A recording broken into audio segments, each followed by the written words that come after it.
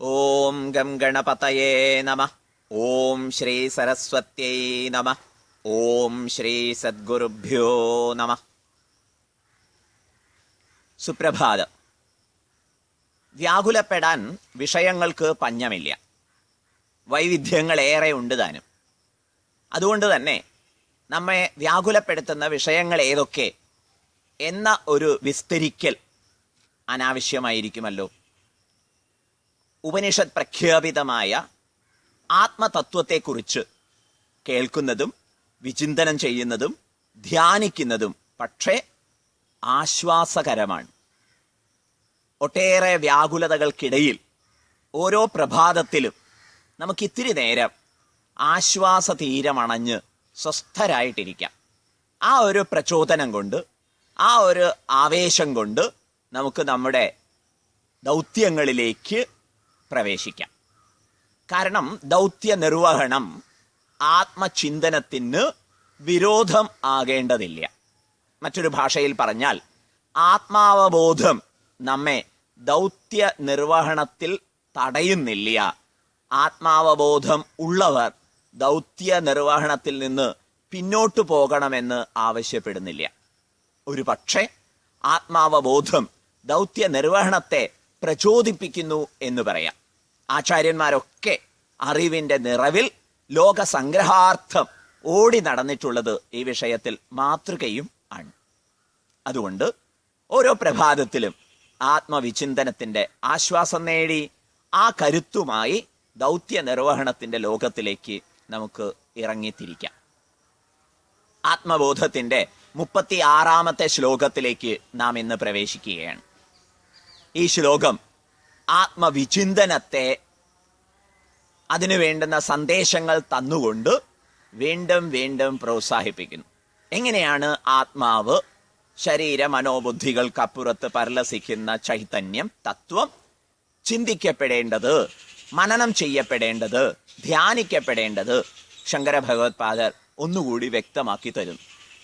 നിത്യശുദ്ധ വിമുക്തൈകം അഖണ്ഡാനന്ദമദ്വയം സത്യജ്ഞാനമനന്തം യത് പരം ബ്രഹ്മാഹമേവ തത്. തത് പരം ബ്രഹ്മ ഏവ അഹം.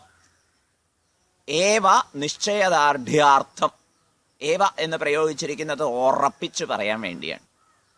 ഓരോ ദിവസവും പ്രഭാതത്തിൽ ഇത് നമുക്ക് സാധിച്ചാൽ അത് തരുന്ന കരുത്ത് എത്രയായിരിക്കും, അത് തരുന്ന പ്രചോദനം എത്രയായിരിക്കും.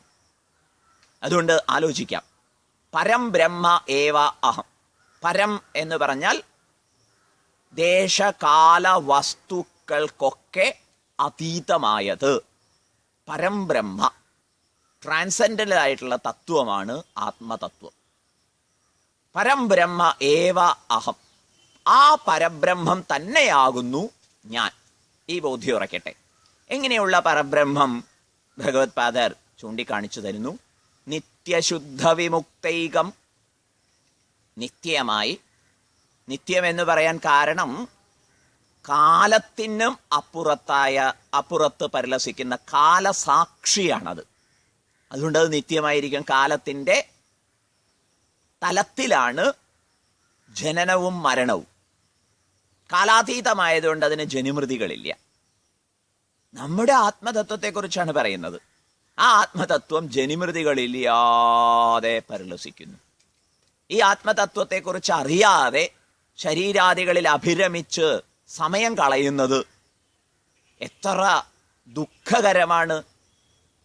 അതിൽ നിന്ന് മോചനം നേടുന്നതിന് വേണ്ടി കുറച്ചു നേരം ഞാൻ ദേശകാല വസ്തു അതീതമായ നിത്യമായ ബ്രഹ്മതത്വമാണ് എന്ന് വിചാരിക്കാം. ശുദ്ധം, യാതൊരു മാലിന്യങ്ങളും ഇല്ലാത്തത്. നിത്യശുദ്ധ വിമുക്തൈകം. ഇപ്പോൾ നമ്മെ വേട്ടയാടുന്നത് ബന്ധന ചിന്തകളാണ്. എനിക്ക് ഒട്ടേറെ പരിമിതികളുണ്ടെന്ന് ഞാൻ വിചാരിക്കുന്നു. പക്ഷേ വാസ്തവത്തിൽ സ്വരൂപദൃഷ്ടിയ എനിക്ക് യാതൊരു ബന്ധനവുമില്ല. അതുകൊണ്ട് വിമുക്ത സ്വരൂപമാണ് ആത്മതത്വം. വിമുക്തൈകം അഖണ്ഡാനന്ദമദ്വയം. അഖണ്ഡമായ ആനന്ദം, മുറിവില്ലാത്ത ആനന്ദം. ലോക വ്യവഹാരങ്ങളിൽ നമുക്ക് പലപ്പോഴും ആനന്ദാനുഭവം ഉണ്ടാവുന്നുണ്ട്. പക്ഷെ ആ ആനന്ദാനുഭവങ്ങളൊക്കെ ഖണ്ഡിതമാണ്. വാസ്തവത്തിൽ ആത്മാവിൻ്റെ അഖണ്ഡമായ ആനന്ദമാണ് അവിടെ സ്ഫുരിക്കുന്നത്, നാം അനുഭവിക്കുന്നത്. അതുകൊണ്ട് കൊച്ചു കൊച്ചു സന്തോഷങ്ങൾക്കൊക്കെ കാരണമായ അഖണ്ഡ ആനന്ദത്തെ നമുക്ക് ആത്മാവിൻ്റെ ആനന്ദമായി നമ്മുടെ സ്വരൂപമായി ധ്യാനിക്കാൻ സാധിക്കട്ടെ.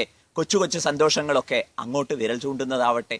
അഖണ്ഡാനന്ദം അദ്വയം, രണ്ടൊന്നില്ലാത്ത തത്വമാണ് ലോകം മിഥ്യയാകയാൽ.